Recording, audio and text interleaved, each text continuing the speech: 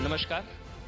अमृत रत्न, आप सभी जानते हैं कि आजादी के 75 वर्ष पूरे होने पर देश अमृत महोत्सव मना रहा है और आप सभी ये भी जानते हैं कि देश का नंबर 1 न्यूज चैनल अमृत रत्न के जरिए, मतलब जिन्होंने बढ़ाया देश का मान, अमृत रत्न के जरिए हम देंगे उनको सम्मान। और ये हमारी पहल का मकसद सिर्फ इतना है कि जो नए भारत की परिकल्पना देश ने, हमारे प्रधानमंत्री ने, हमारी सरकार ने, हम सब ने मिलकर की है, उन सब में जिन भी लोगों का योगदान है उनको किसी भी तरह से सम्मानित हम करें। मेरे पहले मेहमान देश के शिक्षा मंत्री, स्किल डेवलपमेंट मिनिस्टर, देश के शिक्षा मंत्री धर्मेंद्र प्रधान जी हैं। मैं चाहूंगा एक बार जोरदार तालियों के साथ एक बार फिर से धर्मेंद्र प्रधान जी का स्वागत किया जाए। धर्मेंद्र प्रधान जी, आज 2 अगस्त है, डीपी बदल ली? मैं बदल दिया है। एक जन आंदोलन में परिवर्तित हो चुका है, लाखों लोगों ने डीपी बदल दिया है। देखिए, सवाल इसलिए था क्योंकि आज पिंगली वेंकैया जी का, उनकी जो है जन्म जयंती है। पिंगली वेंकैया जी, प्रधानमंत्री नरेंद्र मोदी ने मन की बात में उनका जिक्र किया था कि राष्ट्र जो ध्वज है तिरंगे का, जिन्होंने डिजाइन किया, पिंगली वेंकैया जी, आज उनकी जन्म जयंती है। इसलिए प्रधानमंत्री की अपील थी कि जितने भी लोग हैं वो सोशल मीडिया डीपी, इसका क्या मैसेज क्या है सर, क्या मैसेज है? देखिए, हम सभी की सौभाग्य है, आपने जिससे कहा कि आज जिम्मेवार न्यूज चैनल आपने अमृत महोत्सव को अपने तरीके से, अपने विवेक से उसको मना रहे हैं। बहुत परिश्रम से, बहुत त्याग से, लाखों लोगों की बलिदान से इस देश को लंबे अरसे के बाद आजादी मिली थी 1947 में।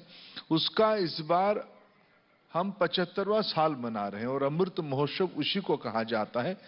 हम तिरंगा हम सभी के दिल में रहते हैं, सभी के अत्यंत प्रिय है, लेकिन एक विशेष अवसर हम लोगों को मिला है, 75 साल एक अवसर मिला है, उसको एक महोत्सव के नाते मनाएं, ये देश की संकल्पना है। प्रधानमंत्री जी ने देश की करोड़ों जनता की मन की बात को उन्होंने सामने लाया है, उसको एक अपील किया है, आंदोलन की रूप देने के लिए सभी की पार्टिसिपेशन, सहभागिता की आवश्यकता है।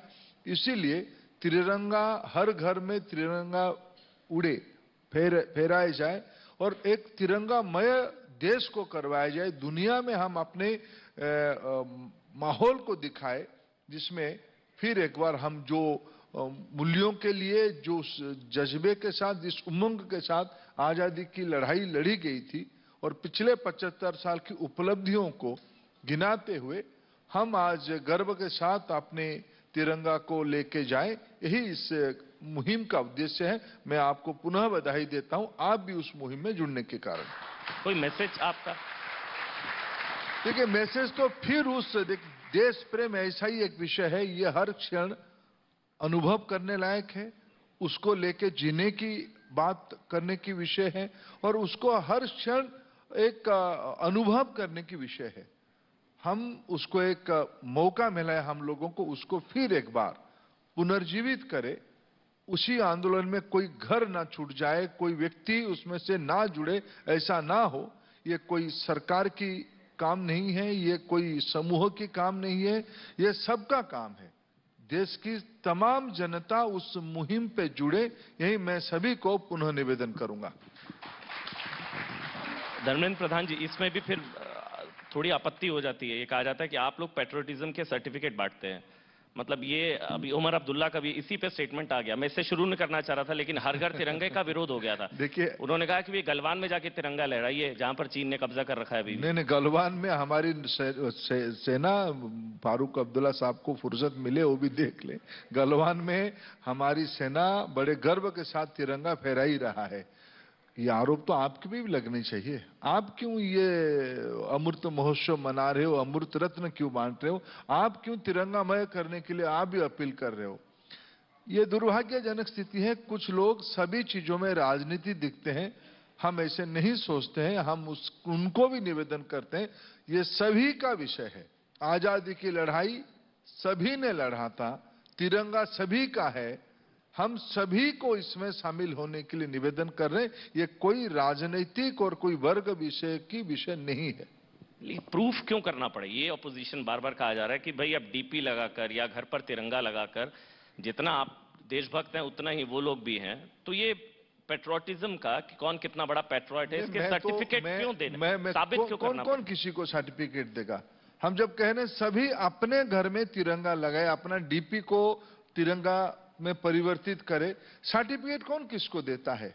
जब आजादी की लड़ाई हुई थी, जब सामान्य लोगों ने लड़ाई लड़ी थी, किसकी सर्टिफिकेट के लिए लड़े थे क्या? कुछ मानसिकता दुर्भाग्य से ऐसे पनप रही है, ये दुर्भाग्यजनक है, ऐसे नहीं होनी चाहिए। लेकिन मैं उस डिबेट को, उस बात को तुल नहीं देना चाहता हूं कि उस विषय को आप भी महत्व दें। कुछ चीजों को अनदेखा करना ही उचित होता है। आप जैसे अच्छे टीवी चैनल ऐसे चीजों में ना फंसे। आप शिक्षा मंत्री हैं धर्मेंद्र प्रधान जी। नेशनल एजुकेशन पॉलिसी 2 साल अभी पूरे हुए 29 तारीख को।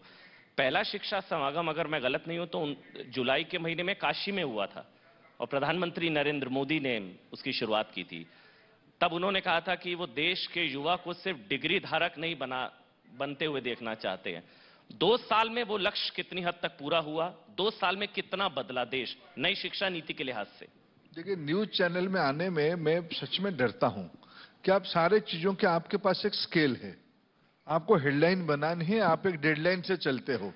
यह डर हमको लगता है। शिक्षा इस सभ्यता की पूंजी है। मानव सभ्यता में जब जब विकास आगे बढ़ी है, उसकी विकास की मूल कैटलिस्ट शिक्षा ही है, ज्ञान ही है। भारत आज जिस स्थिति में है, इसकी मूल पूंजी शिक्षा है। ये आदि अनादिकाल से, हजारों वर्षों से हमारी पुराने ग्रंथ, उपनिषद, वेद इत्यादि पे हमारे विश्वास है, उसी पे हम लेके आ रहे हैं। 34 साल के उपरांत 2020 में माननीय प्रधानमंत्री नरेंद्र मोदी जी ने देश में राष्ट्रीय शिक्षा नीति लाया है। पिछले 2 साल में अगर मैं अवलोकन करूं, समीक्षा करूं, बड़े जिम्मेवारी के साथ मैं कहूं, भारत की सभी घटक इस काम पे लगे हैं। शिक्षा अनुष्ठान, सरकारें, नागरिक, विशेष करके बच्चे, स्टूडेंट्स, अभिभावक, शिक्षक, सभी लोग उसमें एक सहमति बना के शिक्षा को 21वीं सदी के लायक बनाए जाए। ये रूटेड हो, मॉडर्न हो। सारे लोग जब उस काम पे लगे हैं, ये पीढ़ी परिवर्तन की काम धीरे धीरे, ये जगन्नाथ जी की रथ चल पड़ा है, ये आराम से देश में एक नई पीढ़ी को बनाने में सफल हो जाएगी। क्या अलग क्या है धर्मेंद्र प्रधान जी? इसमें कहा जा रहा है कि भारतीयता का टच होगा विद ग्लोबल आउटलुक। क्या अलग क्या है इस शिक्षा नीति में? देखिए, मैं अगर आपको 1-2 व्यवहारिक उदाहरण आपके सामने रखूं, आज भारत और दुनिया की स्थिति क्या है। अगर हम कोई क्राइसिस को समीक्षा करते हैं, कोई विपत्ति को समीक्षा करते हैं, तो समाज की चरित्र, समाज की स्थिति ध्यान में आती है। अभी अभी हम लोग सब कोरोना के अंदर चल ही रहे हैं। कोरोना विश्व को चपेट में ले लिया। सभी देश, सभी घर, सभी नागरिक उसमें से ग्रसित हुए। उसको दुनिया सामना कैसे किया? जो देश एक समय में 1 पीस की पीपी किट नहीं बनाती थी, आज वो देश दुनिया को पीपी किट सप्लाई कर रहा है। जिनके पास पीपी किट की भरमार था, उस देश को अभी कोई देश मुंह उठा के नहीं देख रहा है, क्योंकि उन्होंने कहा कि मेरे से कुछ चीज लोगे तो मेरे ये 4 शर्त को मानना पड़ेगा। ये कहां से आई है? मूल फर्क आई कहां से? मूल फर्क आई संस्कार से, मूल फर्क आई ज्ञान से, मूल फर्क आई शिक्षा से। ये भारत की शिक्षा और तथाकथित डेवलप्ड इकोनॉमी के शिक्षा की मूल फर्क है। आधुनिकता की बात कहूं अगर मैं, अभी अभी मैं आपके वहां आ रहा था, जुलाई महीने में भारत में डिजिटल ट्रांजैक्शन की रिकॉर्ड तोड़ी है। जुलाई में 2022 में अगर हम समीक्षा करें, दुनिया के अंदर जब एक नया डिस्ट्रप्शन टेक्नोलॉजी के कारण आ रही है, डिजिटल इकोनॉमी एक फास्ट इमर्जिंग इंस्ट्रूमेंट बन रहा है।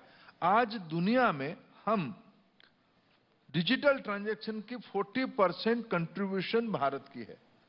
धीरे धीरे भारत दुनिया की नॉलेज इकोसिस्टम पे लीडरशिप पोजीशन में जाना शुरू किया है। ये जो हमने एक पीपी किट से डिजिटल ट्रांजैक्शन की जर्नी बताई आपको, ये ना केवल हमारी देश की सुविधा के लिए होगी, दुनिया की कई सारी इमर्जिंग इकोनॉमी भारत की ओर देख रहे हैं इस सारे विषय को अपनाने के लिए। ये भारत में इसीलिए संभव है, इसी को भारतीय शिक्षा पद्धति से जुड़ा जाएगा, इसी को ग्लोबल सिटीजनशिप के साथ जोड़ा जाएगा। भारत ऐसे नौजवान तैयार करना चाहता है जो केवल खुद के बारे में ना सोचे, दुनिया के बारे में सोचे। इसी के नाम कहा गया था, हम वसुधैव कुटुंबकम में विश्वास करने वाले लोग हैं, हम नेचुरली विश्व गुरु हैं। यह शिक्षा नीति की रिकमेंडेशन है। शिक्षा नीति को लेकर सवाल है, शिक्षा मॉडल की बात आप कर रहे हैं। एक सवाल यह है कि ये आरोप लगता है, मतलब जब भी शिक्षा नीति की बात होती है तो दिल्ली के शिक्षा मॉडल की बड़ी चर्चा होती है, या मार्केटिंग उस तरह की है। वो कहते हैं कि आप लोग डरते हैं दिल्ली के शिक्षा मॉडल से, आम आदमी पार्टी कहती है, इसलिए मनीष सिसोदिया को फंसा रहे हैं क्योंकि वो शिक्षा मॉडल गुजरात लेकर जा रहे हैं। दिल्ली का शिक्षा मॉडल, धर्मेंद्र प्रधान जी। जो जिसको जंडिस हुआ है उसको पीला दिखेगा ही दिखेगा, मैं उसमें क्या उत्तर दूं। बाकी मैं एक ही उदाहरण दूंगा, मैं तथ्य को आपके सामने रखना चाहता हूं, आपके माध्यम से देश में रखना चाहता हूं। अभी अभी सीबीएसई की रिजल्ट आई है 10वीं और 12वीं का। जो लोग ढोल बजाते हैं, अपना ढोल बजाते हैं कि हम दुनिया में अजूबा कर दिए, दिल्ली की सरकारी स्कूलों की रिजल्ट को पिछले 6 साल में आप समीक्षा करके देखिए। सरकारी स्कूलों में प्रति वर्ष 10वीं और 12वीं की रिजल्ट गिरती जा रही है। ये उनकी उपलब्धि का बड़ा सर्टिफिकेट है, सीबीएसई ने दिया है। दूसरी ओर थोड़ा आप आपकी रिपोर्टर्स को भेजिए, मेरे को पता नहीं आप सच में भेजेंगे कि नहीं भेजेंगे, लेकिन आप भेजिए। दिल्ली की स्कूलों में मेरे को कहा गया, थर्ड पार्टी एक्सपर्ट्स ने मेरे को कहा कि दिल्ली की सरकारी स्कूलों में जो बच्चे थोड़ा कम मार्क रखते हैं 6वीं, 7वीं, 8वीं, 9वीं में, उनको अलग बिठाया जाता है। अलग इसीलिए नहीं बिठाया जाता है कि उनको विशेष ध्यान दिया जाए, उनको केयर किया जाए, उनको छुपाना पड़ता है, उनको थोड़ा तिरस्कार से देखते हैं, उनको थोड़ा नेग्लेक्ट करते हैं।